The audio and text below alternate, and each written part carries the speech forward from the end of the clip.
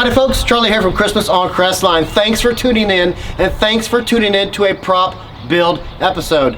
Today I'm going to teach you how to take this, turn it into this, which turns your yard into this. And you only need 5 things to do it, 4 of which I bet you already own.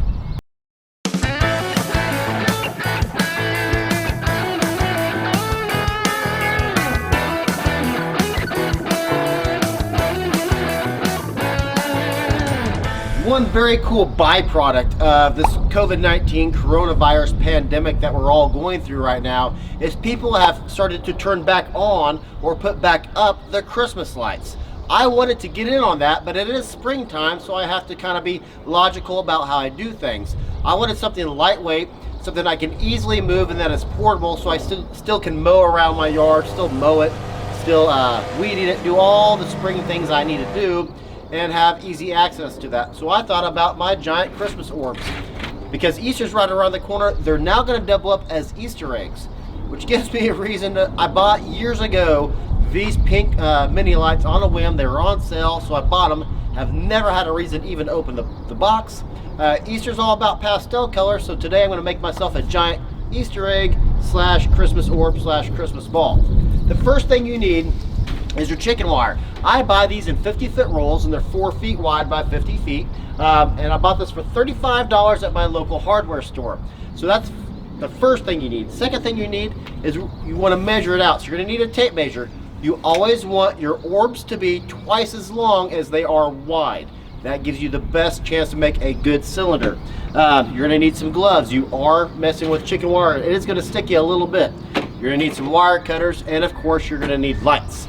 So first things first, we need to measure 8 feet because I have 4 feet wide. It needs to be twice as long. So let's measure out 8 feet real quick. This patio brick is helping me make this chicken wire nice and pliable. This chicken wire has been rolled up for God knows how long. So as soon as you get done cutting it, it's going to recoil back into its original position. You want to, when you get done cutting it, turn it upside down, lay some patio brick on it, or have 2 people stand on either side and walk around it for about 10 minutes.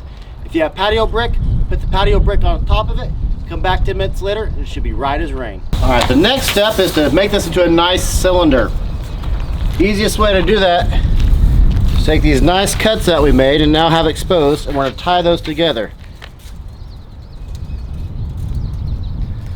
Make a nice tie knot, kind of like a bread knot or a bread tie. You just want to tie those together, and this is what's going to make your cylinder. Making a cylinder is the next step. So as you're cutting your wire for length, you need to be cognizant of how you're going to leave your wire exposed when you cut it, because that is going to define what kind of bread tie stem you have. This part right here takes probably 8 or 9 minutes, and a lot of times you'll use gloves on almost anything. I don't use gloves on this portion, even though it does stick me a little bit, because the gloves I have don't allow my fingertips to work very well to tie these together. That's why I'm not wearing gloves right now. I will wear gloves a little bit later though. When you're tying these, you want to make sure all the stems are facing towards the interior of the cage. You don't want them sticking out, so when you go to pick it up later on down the road, or heck, even years from now, you don't want to get yourself unexpectedly poked. Because if you don't leave them on the inside, you'll ask your future self why you didn't leave them on the inside. So you've measured the chicken wire, you've cut the chicken wire, you've interlocked the chicken wire, the cut sides, and you made yourself a nice cylinder here. Now comes the tricky part. This is much easier on the 2x4s, the 3x6s, than it is on the 4x8s. This is where you have to take the top of this and kind of bend it into each other. That way you interlock the top. For these 4x8 jobbies, what I find myself having to do is having to make a few cuts. That way I can interlock it together like we did on the cut sides. The 4x8s don't really want to bend as well as the 3x6s or even the 2x4s. But ideally what you want to do is you want to bend it in on one another. So what I do is I take these 2 sides, and for the right now I'm going to clip one right here in the center, and I'm going to lock these 2 together. This is going to give me a much easier time to work with than not doing it. So that gives me some room to build in, and this is what it's going to look like from that end. It's going to give me some room. I'm going to make 2 cuts here, and I'll bend this portion over.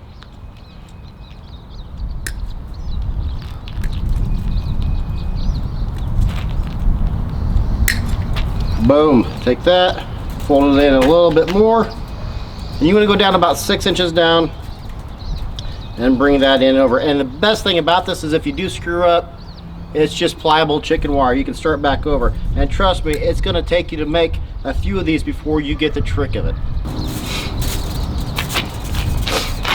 So now I got it like that. I'm going to do it kind of the same way real quick.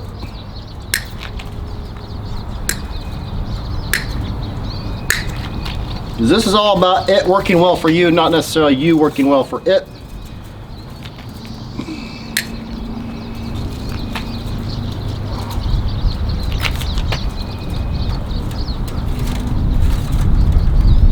And again, when you're making these, the key thing to remember is that people are going to notice the lights and how round the lights are. They aren't going to necessarily notice how circular the orb is in the daylight. Nobody's looking at your lights during the day, they're looking at them at night. So that's really what counts. Alright, so now we got our base. Think of it kind of like a trash can at this point. Kind of looks like a trash can, right? Now some people will take a weight and they'll pound it down. I've seen some people take little kids, put them inside here, and they get to do their little stomping down. Do whatever works out for you, but if you do put a child in here to stomp it down, adult supervision, please. So now we're going to repeat what we just did on the bottom, and we're going to get this top closed in.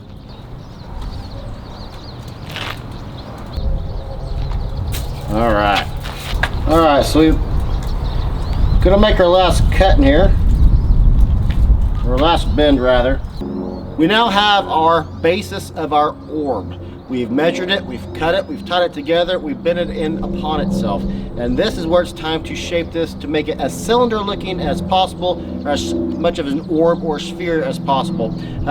This portion will be as time consuming as you want it to be. My logic on it is people will see the lights. So we want the lights to be round. We don't necessarily need this to be perfectly round during the daylight.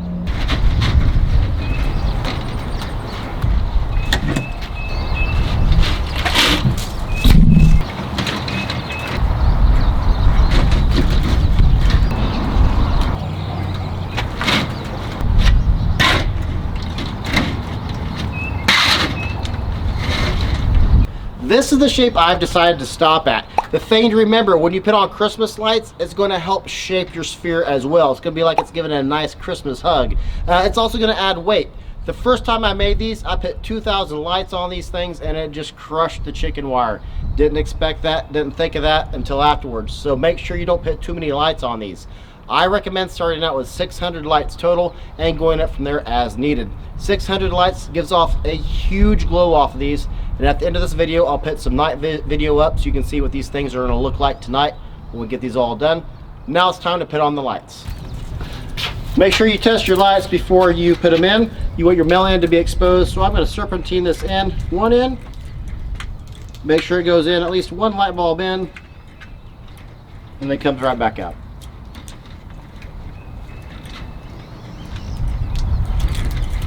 Bam. Now remember, when you put your lights on, you're also doing this to kind of help shape and add stability. So I'm going to come over here, I'm going to make one revolution, and I'm instantly going to turn. Go about 90 degrees.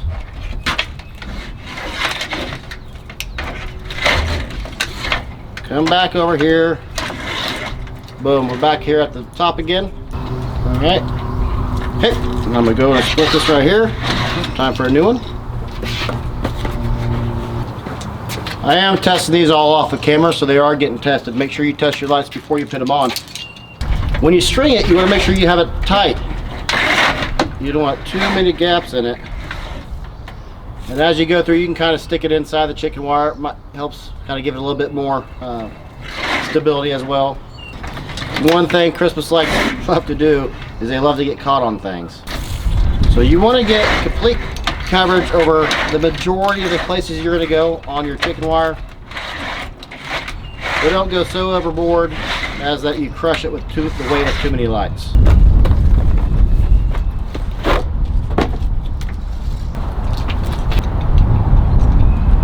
Also want to give a shout out to Scott P. Scott P is a fan of the show, and he decorates every single holiday. He sends me photographs from time to time. Today's episode, I'll put up the photo of what he did for his, that's wind coming, put a photo up of what he did for his St. Valentine's Day, and it looks pretty dang neat. He's got his Easter out right now, but I haven't gotten a picture for Scott when he's doing for Easter, so don't know yet. For these pink lights, I'm using, in case anybody's interested, these are Fashion LED. These are 50 faceted mini light set. That's just what I'm using today. Like I said, I bought these on a whim years ago. They happen to be on sale. I happen to be going to buy them, and I buy a ton of these things. So today I'm only going to put on 300. We'll see what that looks like tonight. If I need to add more tomorrow, I will. But I'm unfamiliar with this type of light, so I don't want to put on too many of this color and have to backtrack. It's much easier to add than it is to take away on these Christmas orbs, simply because when you string them like I'm doing right now, you kind of lose track, and if you have to repeat any step, it's kind of a pain. Another thing you literally can do is use bread ties. If you have any extra bread ties and you want to take the time, or you can, if you want, you can clip off a little bit of wire here, that, and you can wrap it around the light. If you, for some reason, you think there's going to be a light that needs to be held on a little bit more, boom, there you go. You can see as the lights are going on, it is taking a different shape, and it is making it more cylinder. One neat thing about these is you can use them for a variety of reasons. I use these as chasers in my animated Christmas light show. Today we're making these as Easter eggs, but you can use them for so many different things, and it's something that not many people have. So if you have them in your show, you're going to stick out and people are going to remember you.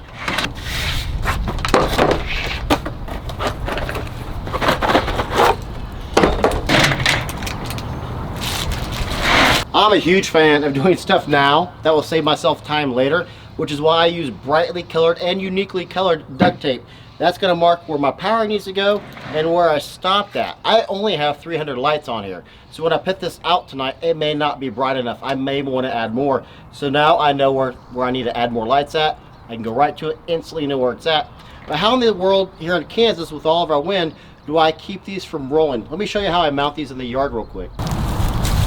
So here I have where the power is going to come from. We make our own extension cord, so that's what this is. And here I have, this is actually a threaded rod of steel. I got this at a local hardware store for I think $3 for 8 feet, and I just sawed it in half with a hacksaw, or sawed it more than half, but sawed it with a hacksaw. So let me quickly find where my power is at. There's my power ends, and boom, there's my green duct tape. That's where my power is going to come from. So I take this, slide it right on in there.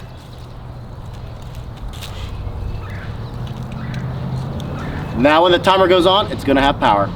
Thanks for watching this episode of how to build a Christmas ball or a Christmas orb or a giant Christmas egg, whatever you're going to make it for yours, whether it be for your animated Christmas light show, your static display, or just for your neighbors right now amid the COVID-19 coronavirus pandemic, just to make your neighbors have something to look at and smile. Either way, take a picture of it, send it to me at Christmas on crestline@gmail.com, and I will absolutely get that into a future episode. Leave down in the comments anything, any prop builds or any future ideas you have of something you want me to build. Thanks for watching, guys. I'm Charlie. We'll see you in the next episode.